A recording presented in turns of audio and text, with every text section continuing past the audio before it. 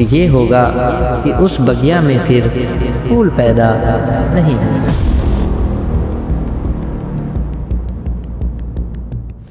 क्या यह आज तक कभी संभव हुआ है कि दूसरा राम पैदा हुआ हो?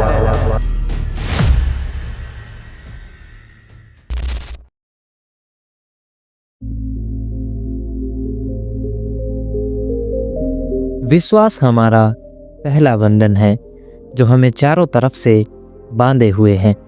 ठीक उसके साथ ही बंधा हुआ दूसरा बंधन है अनुगमन, फॉलोइंग। किसी दूसरे के पीछे चलना, किसी को मान लेना विश्वास है, किसी के पीछे चलना अंधानुकरण।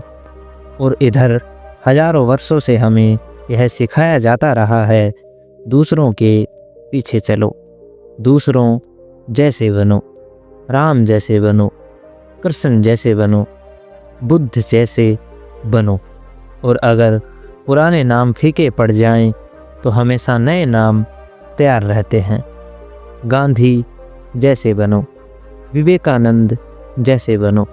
लेकिन आज तक किसी ने भी हमसे यह नहीं कहा कि अपने जैसे बनो। किसी दूसरे जैसा कोई क्यों बने? और क्या यह संभव है कि कोई किसी दूसरे जैसा बन सके? क्या यह आज तक कभी संभव हुआ है कि दूसरा राम पैदा हुआ हो, दूसरा बुद्ध पैदा हुआ हो, या फिर दूसरा क्राइस्ट पैदा हुआ हो? क्या 3-4 हज़ार वर्ष की नासमझी भी हमें दिखाई नहीं पड़ती? क्राइस्ट को हुए 2000 साल हो गए। 2000 साल में कितने पागलों ने यह कोशिश नहीं की कि वे क्राइस्ट जैसे बन जाएं? लेकिन क्या कोई दूसरा क्राइस्ट बन सका? नहीं बन सका। क्या इससे कुछ बात स्पष्ट नहीं होती? क्या यह स्पष्ट नहीं होता कि हर मनुष्य एक अद्वितीय है, एक यूनिक व्यक्तित्व है? कोई मनुष्य किसी दूसरे जैसा बनने को पैदा भी नहीं हुआ है। परमात्मा के घर कोई कारखाना नहीं है फोर्ड जैसा कि एक सी कारें निकालता चला जाए। परमात्मा कोई कारखाना नहीं है, कोई ढांचा नहीं है। शायद परमात्मा एक कवि है, शायद एक चित्रकार है जो रोज नए चित्र बनाता है, रोज नई कविता लिखता है। शायद इतना जीवंत है उसका उत्पादन, उसका सर्जन, कि वह रोज नई प्रतिमाएं गढ़ लेता है। पुरानी प्रतिमाओं पर लौटने योग्य स्थिति अभी तक भी उसकी नहीं आई है। अभी भी नए के सर्जन की क्षमता मौजूद है। इसलिए रोज नया, हर व्यक्ति नया है, अलग है और पृथक है। और जिस दिन यह संभव होगा कि सारे व्यक्ति एक जैसे हो जाएं, उस दिन आदमी नहीं होगा, जमीन पर मशीनें होंगी। उस दिन से ज़्यादा दुर्भाग्य का दिन और कोई नहीं होगा। तो मैं आपसे यह निवेदन करना चाहता हूँ कि अंधानुकरण न करें, किसी दूसरे जैसा बनने की कोशिश कभी न करें, क्योंकि किसी दूसरे जैसा बनने की कोशिश में आदमी बहुत गहरे बंधन में पड़ जाता है। और बंधन में इसलिए पड़ता है कि किसी दूसरे जैसे बनने की चाह में वह किसी दूसरे जैसा तो बन नहीं पाता। यह असंभव है, यह इम्पॉसिबिलिटी है। लेकिन इस कोशिश में अभिनय कर सकता है दूसरे जैसा, तो उसकी आत्मा अलग हो जाती है, अभिनय अलग हो जाता है। कोई राम तो नहीं बन सकता, लेकिन रामलीला का राम बन सकता है। रामलीला का राम बिल्कुल झूठा आदमी है। ऐसे आदमी की ज़मीन पर कोई ज़रूरत भी नहीं है। रामलीला का राम एक अभिनय है, एक एक्टिंग है। ऊपर से हम कुछ ओढ़ ले सकते हैं, लेकिन भीतर आत्मा अलग होगी। ये ओढ़े हुए वस्त्र अलग होंगे। इन दोनों के बीच एक द्वंद्व होगा, एक कॉन्फ्लिक्ट होगी, एक कलह होगी। और अभिनय कभी भी आनंद नहीं ला सकता। देखने वालों को लाता हो यह दूसरी बात है, लेकिन जो अभिनय कर रहा है वह निरंतर यह पीड़ा का अनुभव करता है कि मैं किसी और की जगह खड़ा हूँ, मैं अपनी जगह नहीं हूँ, मैं कोई और हूँ, मैं वह नहीं हूँ जो मैं हो सकता हूँ। ऐसा आदमी कभी भी आत्मस्थित नहीं हो पाता, क्योंकि वह निरंतर दूसरे के अभिनय में व्यस्त होता है। यह भी हो सकता है कि कोई राम का अभिनय इतनी कुशलता से करे कि खुद राम भी मुसीबत में पड़ जाए। यह हो सकता है क्योंकि अभिनेता को भूल चूक नहीं करनी पड़ती, उसका सब पाठ रटा हुआ तैयार होता है। खुद राम से भूल चूक हो सकती है क्योंकि पाठ तैयार नहीं है, पहले से सब सिखाया हुआ नहीं है। जिंदगी रोज सामने आती है। असली आदमी भूल चूक कर सकता है, लेकिन नकली आदमी कभी भूल चूक नहीं कर सकता। इसलिए जो आदमी कभी भूल चूक न करता हो, समझ लेना उस आदमी में कुछ नकली मौजूद है। वह किसी ढांचे में ढला हुआ आदमी है, वह आदमी जिंदा नहीं है। जिंदगी में भूल चूके हैं तो यह हो सकता है कि रामलीला का अभिनय किसी ने 20 बार किया हो। राम को तो एक बार भी मौका नहीं मिला, 20 बार मौका नहीं मिला। रामलीला का राम ज़्यादा कुशल होता चला जाएगा। और ऐसा भी हो सकता है कि एक दिन अगर असली राम के सामने भी इसे खड़ा कर दें तो जनता इस नकली राम को पूजने लगे, असली राम को छोड़ दें। अक्सर ऐसा होता है क्योंकि यह बहुत कुशल होगा। इसकी इफिशिएंसी, इसकी कुशलता का मुकाबला राम नहीं कर सकते। ऐसा एक दफ़ा हुआ, ऐसी एक घटना घटी।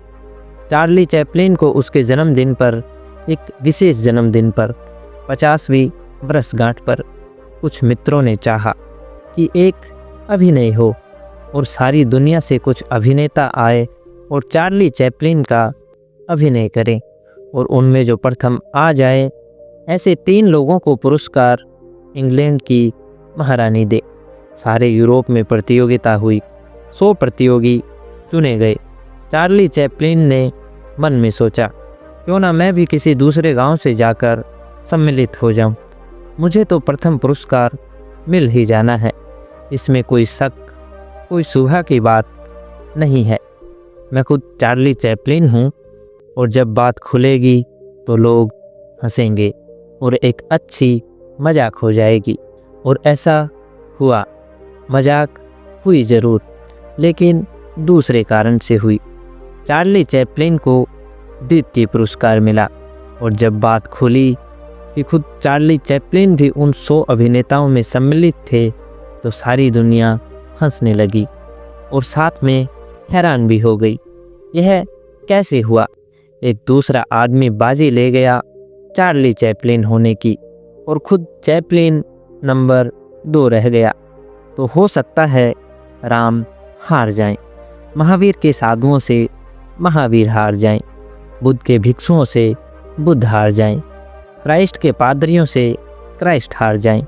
इसमें कोई हैरानी वाली बात नहीं है, लेकिन यह जानना चाहिए कि चाहे कोई कितना ही कुशल अभिनय करें, उसके जीवन में सुवास नहीं हो सकती।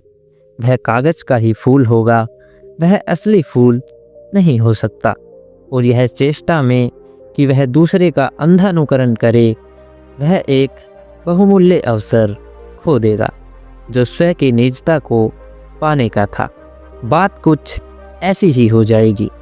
आपकी बगिया में मैं आऊं और आपके फूलों को समझाऊं। गुलाब को कहूं कि तू कमल हो जा, चमेली को कहूं कि तू चंपा हो जा। पहली बात तो ये कि फूल मेरी बात सुनेंगे नहीं, क्योंकि फूल आदमियों जैसे नासमझ नहीं हैं कि हर किसी की बात सुने। कोई उपदेशक वगैरह भी उनके बीच नहीं होता। पर हो सकता है आदमियों के साथ रहते रहते कुछ फूल बिगड़ गए हों। आदमी के साथ रहकर कोई भी बिगड़ सकता है। जानवर जो जंगल में रहते हैं उनको वे बीमारियां कभी नहीं होती, लेकिन आदमी के साथ रहने लग जाएं तो उन्हें उन्हीं बीमारियों से ग्रस्त होना पड़ता है। फिर आदमी की नकल में वेटरनरी डॉक्टर को भी हमें तैयार करना पड़ता है। हो सकता है आपके साथ रहते रहते बगिया के फूलों की आदत बिगड़ गई हो और वे सुनने को राजी हो जाएं और उपदेश उन पर काम कर जाएं। सीधे सादे फूल हैं, हो सकता है मान ले, और गुलाब कमल होने की कोशिश करने लगे, चंपा चमेली होने की कोशिश करने लगे। फिर क्या होगा? फिर ये होगा कि उस बगिया में फिर फूल पैदा नहीं होंगे।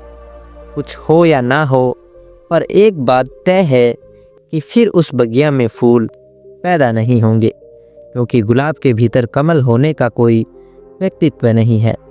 लाख कोशिश करे वह कमल नहीं हो सकता, लेकिन कमल होने की कोशिश में वह सारी ताकत को खो देगा और गुलाब भी नहीं हो सकेगा। गुलाब का फूल भी उसमें पैदा नहीं होगा। आदमी की बगिया ऐसी ही वीरान हो गई है। सोचो, अगर हम 20-25 लोगों के नाम दुनिया से अलग कर दें तो आदमी के 10,000 वर्षों में कितने फूल लगे? एक बुद्ध को, एक महावीर को, कर्सन को, क्राइस्ट को, लाओ त्सु को, कन्फ्यूशियस को, अगर इनको छोड़ दें, 20 नाम अलग कर दें, तो मनुष्य जाति के 10,000 सालों में बाकी किन आदमियों के जीवन में फूल लगे? और क्या यह अत्यंत दुर्भाग्यपूर्ण नहीं है कि अरबों लोग पैदा हो और सिर्फ 1-2 आदमी के जीवन में ही फूल आएं और बाकी लोग बिना फूल के बांझ रह जाएं? कौन है इसके लिए जिम्मेवार? मेरी दृष्टि में अनुकरण इसके लिए जिम्मेवार है। क्या आपको पता है क्राइस्ट ने किसका अनुकरण किया? क्राइस्ट किसकी कार्बन कॉपी बनना चाहते थे? क्या कहीं उल्लेख है कि कर्सन ने किसी का अनुकरण किया हो, या कहीं यह लिखा है किसी किताब में और किसी धर्म ग्रंथ में कि बुद्ध किसी के पीछे चले हो? नहीं, वे ही थोड़े से लोग इस जमीन पर सुगंध को उपलब्ध हुए जो अपनी निजता की खोज कर पाए, किसी के पीछे नहीं गए। लेकिन हम अजीब पागल हैं। हम उन्हीं लोगों के पीछे जा रहे हैं जो किसी के भी पीछे कभी नहीं गए। और जब तक हम किसी का अनुसरण करने की कोशिश करेंगे, तब तक हमारे व्यक्तित्व में वह मुक्ति, वह स्वतंत्रता पैदा नहीं हो सकती। दूसरे का अनुकरण गहरी से गहरी स्वतंत्रता है। मैं बांधता हूँ फिर अपने आप को, दूसरे हो जाते हैं मेरे लिए आदर्श, और उसके अनुकूल मैं अपने आप को बांधने लगता हूँ, कसने लगता हूँ। फिर एक पिंजरा तैयार हो जाता है और उस पिंजरे के सिंकचों को पकड़कर मैं चिल्लाता हूँ, स्वतंत्रता, स्वतंत्रता। और यह बहुत हंसी जैसी बात हो जाती है।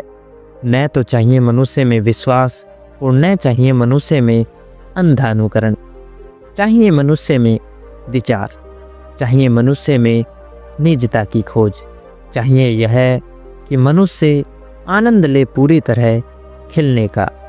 सवाल महावीर और बुद्ध का नहीं है, सवाल जो भी आप हैं उसके पूरी तरह खिल जाने का है।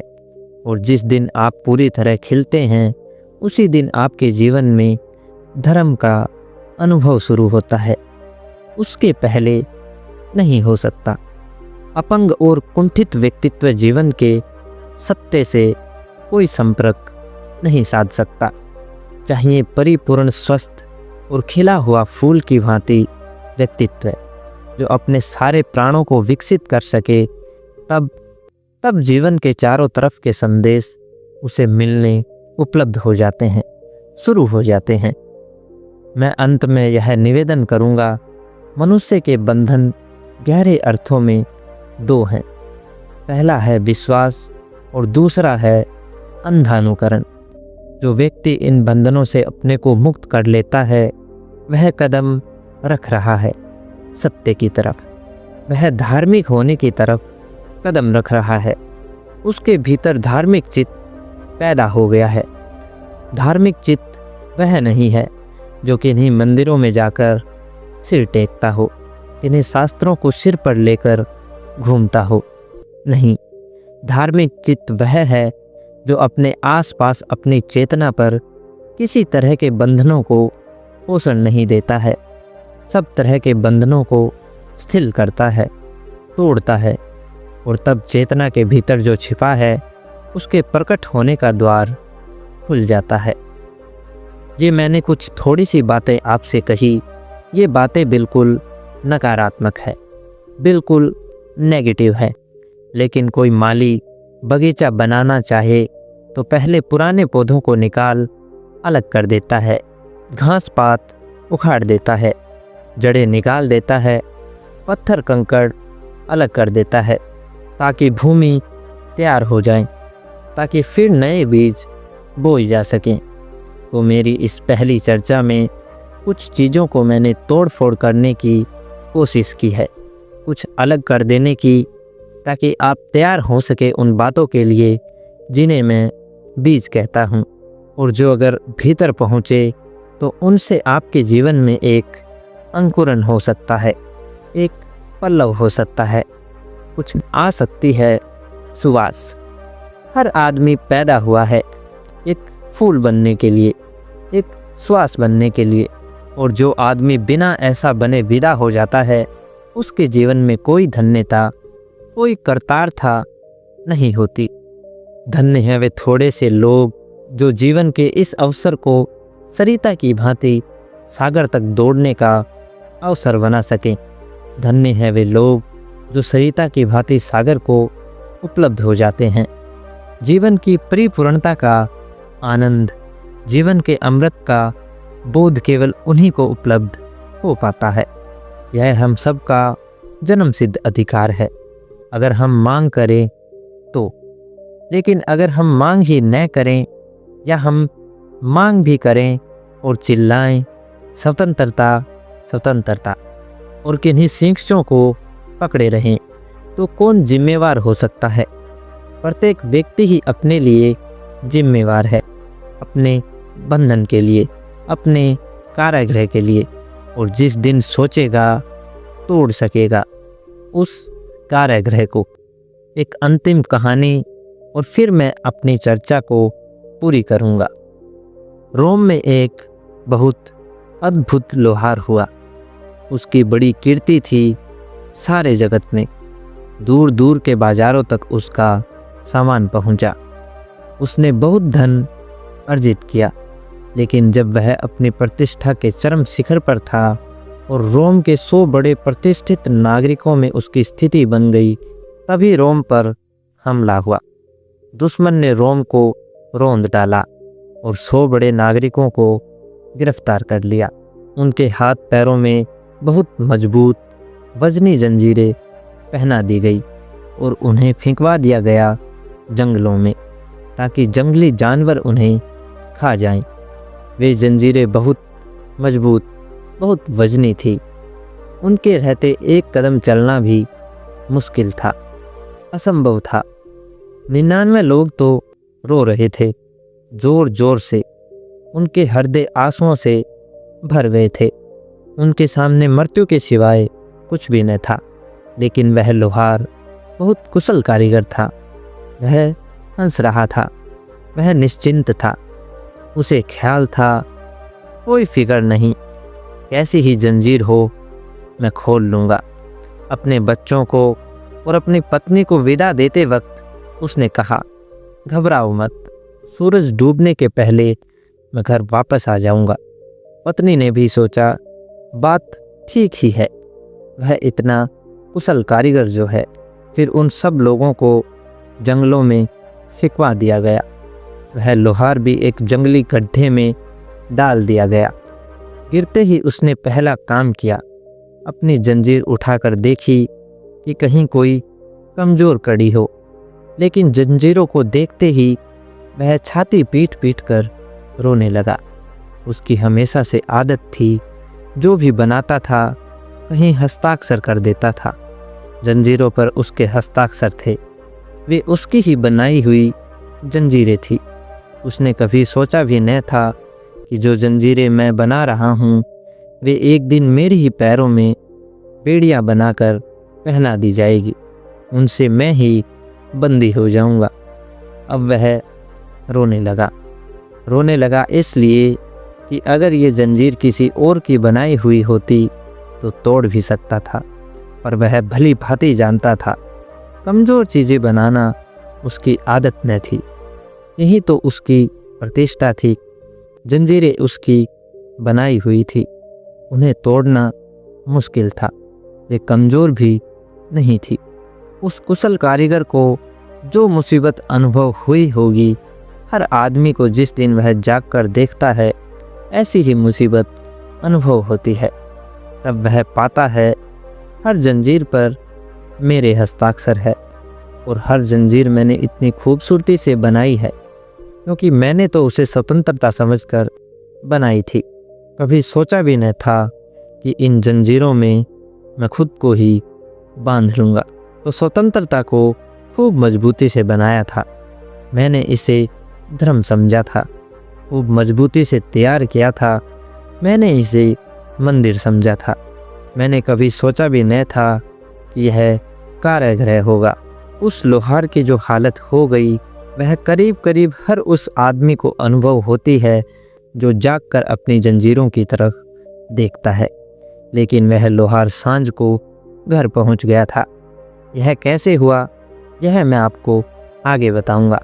मेरी बातों को इतने प्रेम और इतनी शांति से सुना है, बहुत बहुत धन्यवाद। सबके भीतर बैठे हुए परमात्मा को अंत में मेरा प्रणाम स्वीकार करें।